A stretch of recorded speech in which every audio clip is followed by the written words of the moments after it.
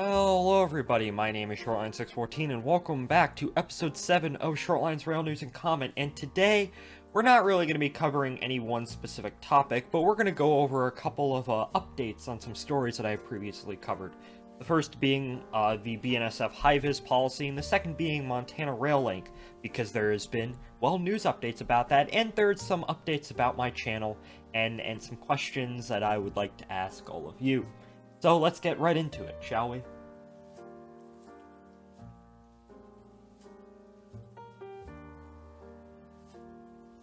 The first story that we're going to be covering is, of course, an update to the BNSF HiViz attendance policy, the draconian attendance policy that BNSF has been trying to force upon its employees for a month or two now. I made a video covering this subject a few weeks ago. And the update is that on February 22nd, 2022, the judge ruled in favor of BNSF, declaring that the railroad's HiViz attendance policy it is a minor issue under the Railway Labor Act. And the Railway Labor Act is basically, it's the law that governs the relationships between railroads and employees, and it determines when employees or the unions can go on strike. And if something is declared a minor issue under the Railway Labor Act, then the unions can't strike. And this was declared minor. If it had been declared major, then the unions would have been able to strike. Now, changing an attendance policy that affects nearly every railroad employee being declared minor, that is incredibly suspect to me.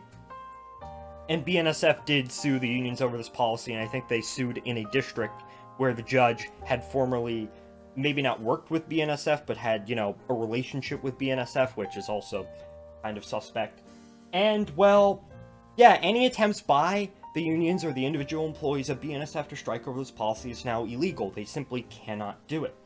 Now, the unions have to figure out what they are going to do next, because there are two options. The first option is simply appealing, and they could try and get this decision overturned and ruled major. However, that would push any potential arbitration over this policy back, and it's also incredibly risky, because, as I said, if they ruled it in favor of BNSF, I doubt that they would once again rule it in favor of the unions.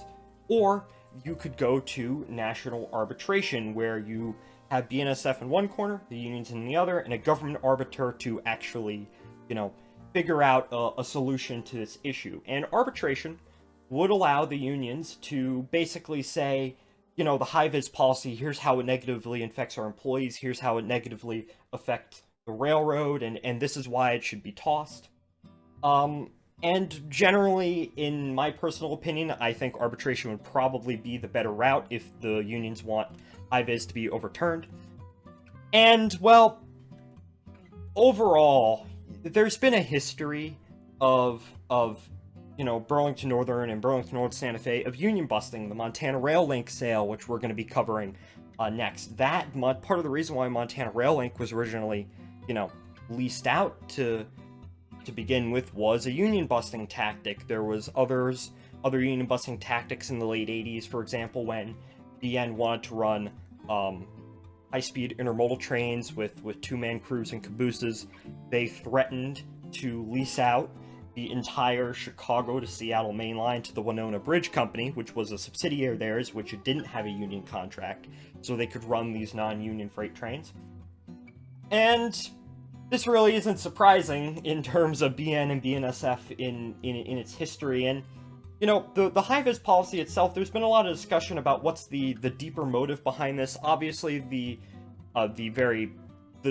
what's BNSF is saying is that there's a supply chain crisis going on, and you need more people to work on the railroad, as much people to work on the railroad as possible to get the freight moving, which is somewhat valid, but at the same time, there are better ways of doing this than, getting all your employees to hate you and basically trying to take employees' lives away. And, some people have speculated that this is part of a larger push for one-man crews. I know currently there is discussion about one-man crews between the Class 1s and the unions and the government. I'm pretty sure it's in arbitration right now as well. And, there are people who have been speculating that this is a part of a push to make working on the railroad as miserable as possible, so the railroads can go and say, hey, we're not going to be able to get enough people to work on the rare to warrant 2-man crews, so how about you give us 1-man crews? And, you know, generally, Hi-Viz and generally the railroad union shenanigans, and in my personal opinion, it's a part of a larger push in America as of recently by government types, by corporate types, you know, the people in charge who see people less as, you know, individual people with thoughts, feelings, emotions, you know, experiences and whatnot, and they see them more as assets to be used, to be exploited, you know, almost treating the employee as if they're a machine, like a locomotive, for instance. And as I said, my personal opinion, I think going to arbitration would be good. In my opinion, I think the railroads, and specifically BNSF, are really shooting themselves in the foot with this policy. You know, and I hope it, honestly, in my opinion, gets tossed out. That's my opinion. What's your opinion? And now on to the next story.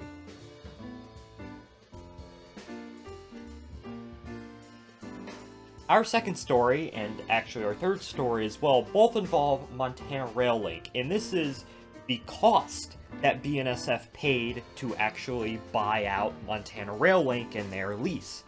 Now, many, including myself, had speculated that Montana Rail Link went for several $billion.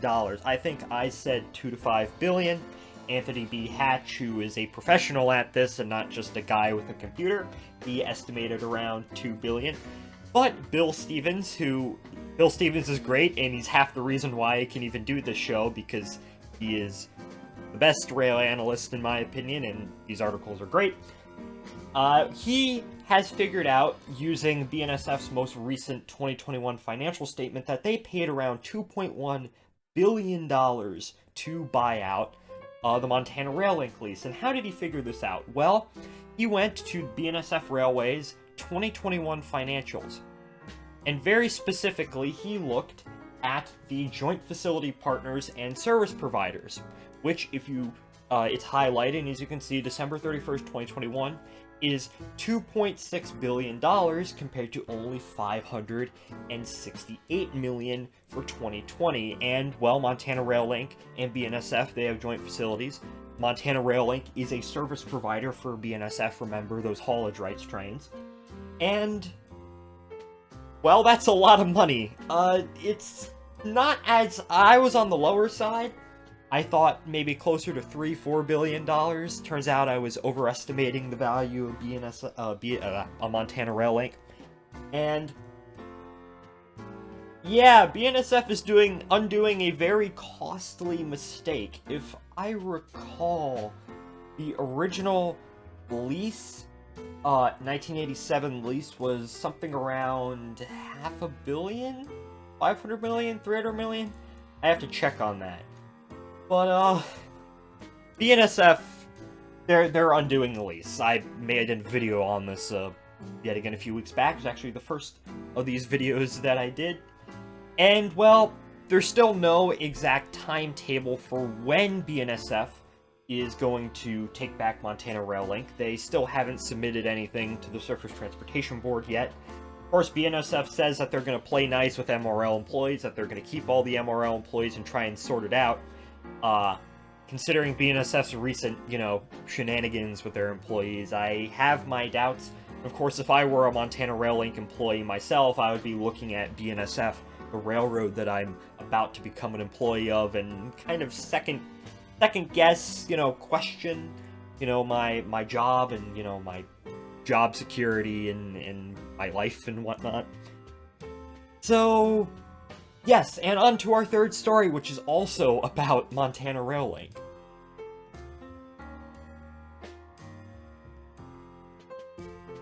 So our third and final story, it once again involves Montana Rail Link, and this is quite an interesting story because it appears that Montana Rail Link and the Washington companies won't be fully exiting the railroad business, but they're obviously, with Montana Rail Link being given back to BNSF, there will be significant changes.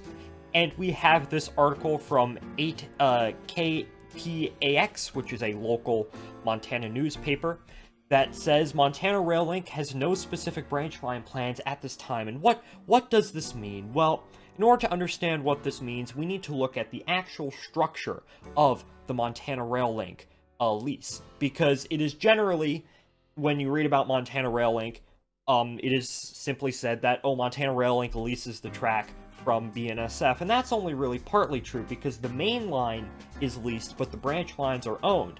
And the reason why that is goes back to the construction of the Northern Pacific Railway, the railroad that built the line originally in the 1870s.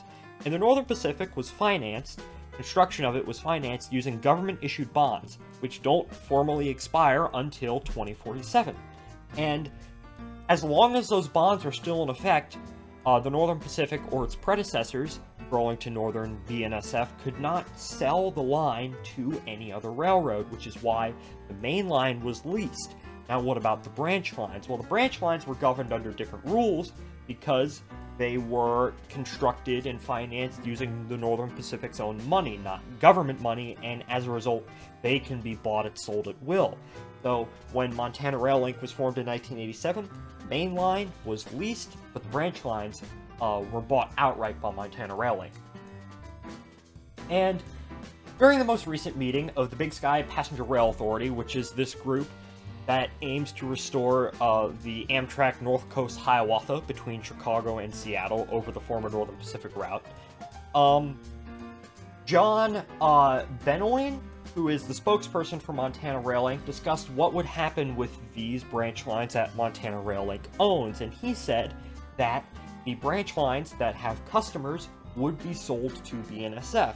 However, the branch lines, and he cited specifically the Dixon and Bitterroot branches, the branches without customers, that are just sitting dormant or maybe they're used for car storage, would be retained by Montana Rail Link. And that's really interesting, because it turns out Montana Rail Link, after Montana Rail Link ceases operations as a common carrier, they will still exist, but as a real estate company, which I find particularly interesting. And that's what happened, say, when Conrail was formed. All of the railroads that became a part of Conrail, the railroad arm was given to Conrail, but they remained independent companies as real estate companies. Now, he cited the Dixon and Bitterroot branches, and the Dixon branch is this line that runs between Dixon and Polson, and the Bitterroot branch is this line that runs between Missoula and Darby. And those lines currently do not have any active customers to my knowledge, and they're mostly just used for car storage, which I guess when MRL ends the lease on the main line and sells the branch lines with customers, those cars will be pulled from those branches and they'll just be sitting dormant without any, rolling stock on them. And Washington Companies also said that they will retain ownership of the Southern Railway of British Columbia, which is a short line that they own in southern British Columbia, so it doesn't appear, contrary to what I thought and what many people thought, that the Washington Companies is fully getting out of the railroad business. It looks like they will be staying in the railroad business to some extent. And, well, what's going to happen to these lines, the Bitterroot and Dixon branches? Well, they'll just end up sitting dormant. What Montana Rail Link could do is they could sell the branches to some other operator who would come in and try and reactivate the lines and operate them. They could lease them to another operator and they could do the same thing. They could just sit dormant, which I don't really see why you would do that if you don't really plan to use them. Maybe tax write-off, but who knows. Or they could simply abandon the lines. Maybe they could, abandon them and they could be turned into a rail trail. I know there was some discussion about the Bitterroot branch and it being turned into a rail trail. I think parts of it are turned into a rail trail. The local county they saved it a decade ago, kept it from being torn up and whatnot. So that's very interesting, and it seems that, even after Montana Rail Link has, for the most part, gone away, there's no railroad that's operating under the Montana Rail Link name. They will still exist to some extent, albeit not in not within the railroading business. And there's also been some discussion about Homestake Pass, which Homestake Pass is the original route of the Northern Pacific. It is this line that is partially owned by BNSF, partially owned by MRL between Garrison and Logan. And there's been some discussion that if BNSF wants to increase capacity over their new old line, what they could do is they could reactivate Homestake Pass. Homestake Pass, it's out in the middle of nowhere. All the tracks seems to be still in place. Yeah, it would cost a couple few $1 million, but BNSF has the money, and what they could do is that they could run empty trains over Homestake Pass, because Homestake Pass has the higher grades, and run the loaded trains over Mullen Pass, which has lesser grades. So that's something also to think about, and that's pretty much it. The future of Montana Rail Link is still very much up in the air, and as I said, they still no timeline, still no STB filing, and we're gonna have to see how everyone else reacts once the filing is in, the state and labor and whatnot. And, well, now on to some channel updates.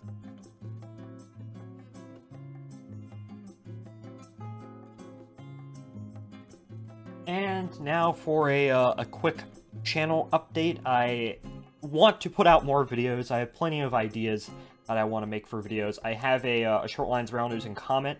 Unless something big happens, it's probably going to be the next one in about a week or two. About CPKC updates and all the things that other Class 1 rares and the shippers and everyone wants. So that's probably going to be the next video. I also have been thinking, because I've only been able to make these every now and again, every couple of weeks, and I want to do more, and there's a lot of news stories that I am interested in that I simply do not get to cover, because I don't have the time, and you know, would anyone be willing to watch, like, a live show of this? Maybe not for some of the bigger stories, I make my own dedicated video, but for some of the smaller stories, you know, and just general railroading discussion, I think a live show would be particularly interesting. Probably, maybe not every Friday night, but every other Friday night, maybe Saturday. Depends on how my schedule lines up. So yes, would anyone be interested in that? And, well, if you want to talk more about trains and whatnot, well, there's always the comment section. I have an email.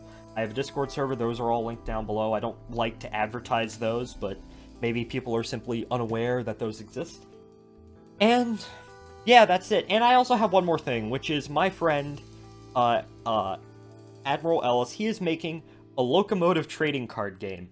And it's about $100, $120 whatever dollars away from the goal, and this might be something that people are interested in, and I'm going to shout it out because I think what he is doing is cool. So this is also going to be linked in the description. Anyways, thank you all for watching episode 7 of Shortline's Rail News and Comment, and I'll see y'all in the next one. Goodbye, everybody.